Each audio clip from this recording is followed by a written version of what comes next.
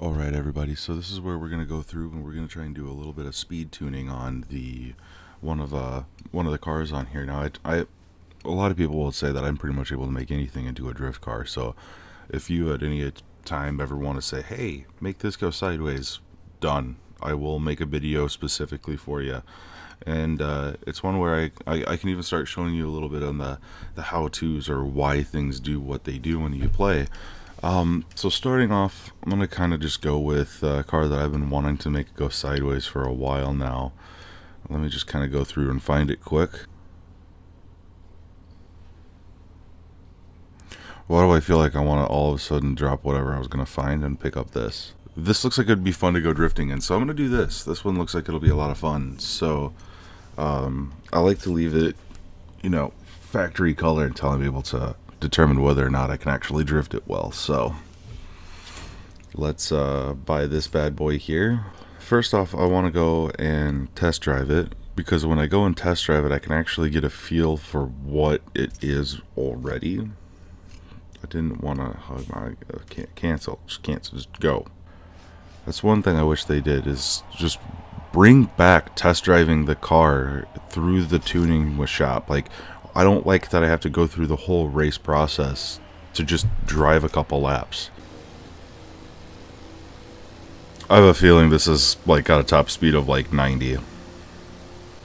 I kind of want to leave it the factory engine because I think it would sound dope. Just having something that just sounds like it's gonna blow up. It seems grippy, man. Like, for being something that has no horsepower and looks like it's a shitty version of a Blazer, like, it feels like it's got tons of grip, but no horsepower. Absolutely no horsepower. Now, let's go and upgrade the living piss out of this and make it gold. It's weird, all the upgrade parts are already purchased.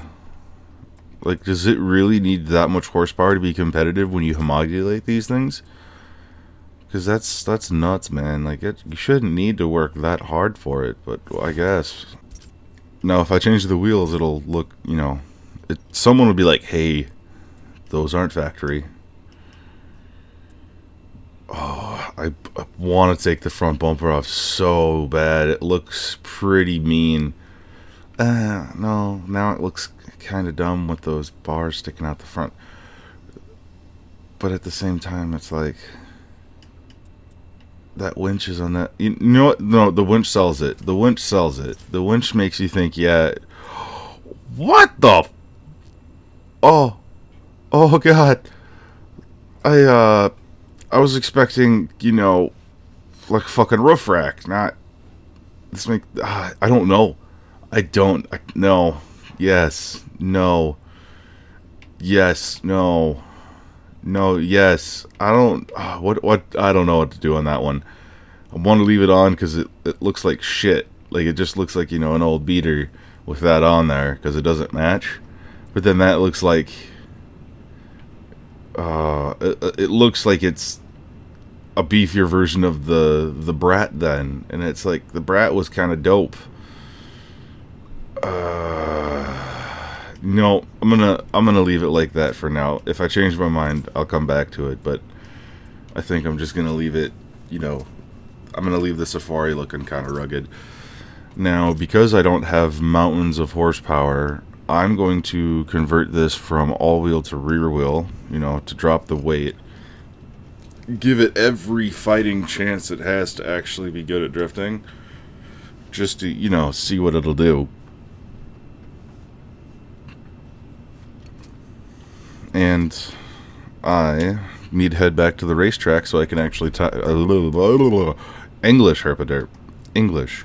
I need to go back to the racetrack now and try and tune it while I test drive it. So, with it being this good, without any tuning, I feel like this would be a monster once I get a little extra tweaking in here. And it still sells the broken down piece of shit. Oh, I'm so happy with this machine right now. So excited.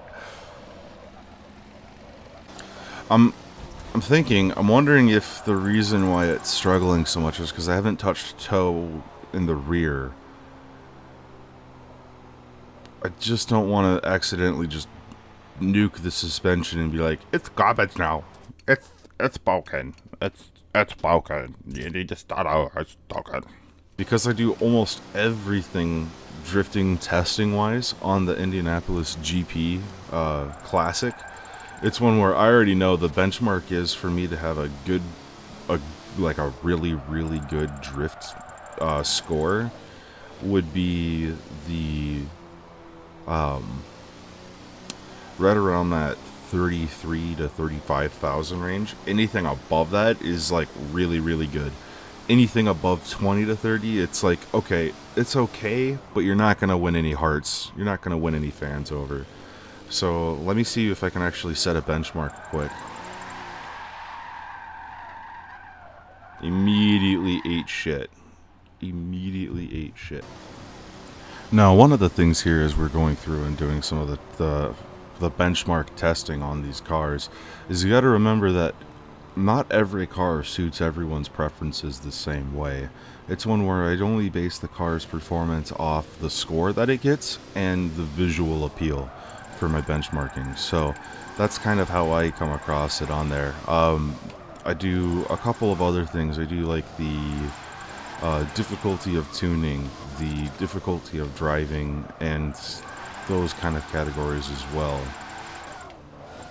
So onto the benchmark here. I feel like this thing's kind of one of those double-edged swords. It's not really particularly very good, but it not being good, yet still being able to give the image that it gives kind of is what makes it a sleeping drift machine, or a drift sleeper if you would.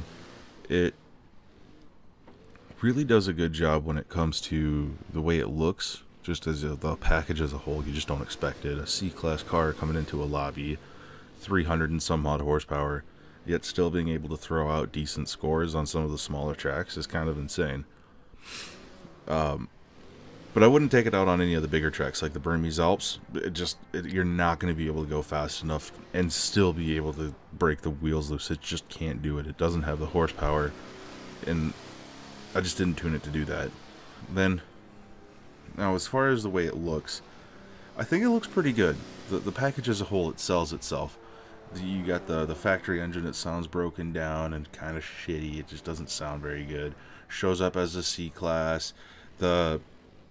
Then you go around a corner sideways and you're like, it shouldn't be doing that. And it kind of looks cool. I mean, you guys might not agree with me, but I think it looks pretty cool. So I'm going to give it, for the way it looks, I'm going to give it an 8 out of 10. Now, as far as like the ease of drifting, it's kind of for pros. It's not easy in any means. It's doable, very, very doable, and anyone who's actually like willing to put in the time and effort can learn to drift this and drift it well. But if you're a new kid on the block wanting to try and show up some of the veterans, you're looking in the wrong spot. This is a little more on the skilled side. So I'm gonna give this. I'm gonna go with a 6 out of 10 on this one, just because it's not easy. You can do it, but it's not easy. Now for the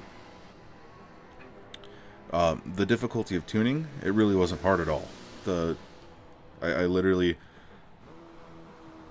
just upgraded the suspension, converted it to rear wheel drive, and I played with the suspension for maybe like 10 minutes. And that was me just kind of looking at it like, do I need to do this? No? Maybe? Anyway, so I'm going to go with a 9 out of 10 for the ease of tuning, because I know if you put more power into it, it'll be just glorious. You can make this into a monster, period. Now, for the affordability on here, super affordable. Even though it was a free DLC car, I didn't really spend that much money on parts, because like if you were to race this, you'd have to homologate it. Now, to homologate, like, and what I used on top of like a homologation, like, it is like all I did was add the suspension upgrades, upgraded the turbo, and converted it to rear wheel drive. That's it.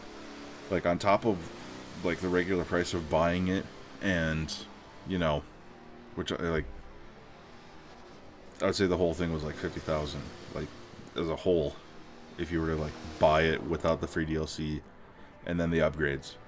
Like, it was nuts. But I would say affordability, 9 out of 10. 9 out of 10. Yeah, I'd give it a 9 out of 10, just because it's pretty good. Now, and as far as going into, like, if you drift for points, the points were pretty good. The points seemed relatively high, like it was good for like a normal drift car, but it just didn't feel like you got a lot of points. And I think that's because of the lack of the power and the speed. But I got a 38,000 point lap as my personal best in this machine, which isn't terrible. Kind of just to break down into the overall, it's not bad. I mean, it's challenging to drive. It's not very fast, but the overall image and the fact that you can kind of shock people and go, how? What? No, it's a C-Class. How is it beating me in points? What the hit? And you just, like, confuse people. Just having that factor alone is pretty cool. So, overall, I'm going to give this 7.5 out of 10. Just because it's so hard to drive, it knocks down the points quite a bit. But it's a drift sleeper. It goes fairly well, looks great, sounds like shit, which makes it look great, and you get good points. So, like, if you're a points person that wants to fuck with people, dude, this is all you. If you're the new kid on the block who wants to try and learn how to drive and drift, this is not the tune for you. Go look at one of my other videos, because this was a little hard. But now I'm going to go into kind of a little bit of the spec sheet here and kind of show you what I had for the tune and show some more clips of me drifting in it. So, you know, I wanted to say thanks for tuning in and watching, and until next time, I hope you have a herpa-derpa-tastic day. That sounded gay as shit. I'm not going to say that ever again. Have a great rest of your whatever, and thanks for watching. Don't forget to subscribe and hit the like button, please. I'm a suspect. Word on the street, I'm a suspect. I'm a suspect. Word on the street, I'm a suspect. I'm a suspect. Word on the street, I'm a suspect. I'm a suspect. Word on the street, I'm a suspect.